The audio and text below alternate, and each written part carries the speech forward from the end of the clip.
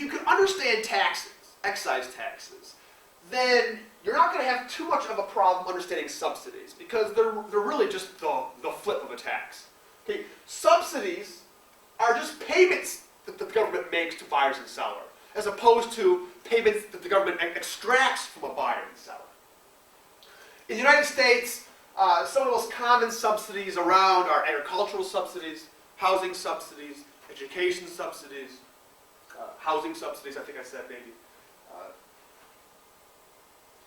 And not unlike the case with a tax, but flipped a little bit, okay, the effect of a subsidy will be that it lowers the price that sellers actually incur when producing something. And it actually raises the maximum price that buyers are willing to pay for something. So it's the flip. And it will generate loss, but due to excess production and consumption, not due to too little production and consumption. Okay, so let's go back to the case where we start with the seller. Okay, so this lightly shaded supply curve, this is our original pre-subsidy supply curve, where in this case I'm talking about cotton, because cotton is an agricultural commodity that has received a lot of subsidies in the past, and I think it probably still does actually. Along this original supply curve, at $10 a bushel, which is the unit of measure for cotton, sellers, let's assume, are willing to sell 100 bushels of cotton. Another way of looking at that is that the minimum price that sellers would require to sell that 100th bushel is $10 a bushel, is $10, which measures the full economic cost of bringing that 100th bushel to market. Now, let's assume that the government decides to subsidize cotton by offering sellers $2 for every bushel that they produce.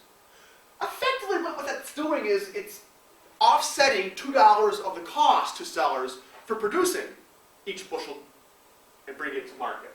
So that's going to shift the supply curve down by $2, vertically speaking. So whereas sellers required at least $10 for the 100th bushel pre-subsidy, post-subsidy, they're only going to require $8 at the bare minimum per bushel. Again, why is there a $2 difference? Because two of those $10 in costs are being paid by the government. So effectively, their costs have been reduced by $2. Now, as you might have already gleaned from the tax discussion, just because sellers are willing to sell cotton for $2 less doesn't necessarily mean that the equilibrium price is going to fall by $2.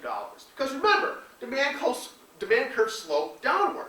So take a demand curve, assume that the original $10 100 units point was the original equilibrium point, and notice that if sellers were to sell their cotton for $2 less, okay, a bushel, at that price of $8, consumers, buyers, demanders are going to be willing to buy more. In this case, maybe 150 bushels. So there's going to be a shortage at $8 a bushel. Now, over the long run, how the market responds to a shortage is that buyers begin to outbid one another by putting upward pressure on price, and eventually what's going to happen is that as price gets pushed upwards, we're going to move up along the demand curve, and sellers are going to increase their quantity supplied a little bit, and eventually the new market price will converge somewhere in between 8 and 10 at this new equilibrium point, let's say 9, just right in the middle. And the new equilibrium quantity will be 125, right in between 100 and 150. So, about 125. Now, this $9 is the new market clearing price. So, as a buyer, that's the price you pay, that's it. But as a seller, okay, once you sell a bushel of cotton, you get that $9 from the buyer,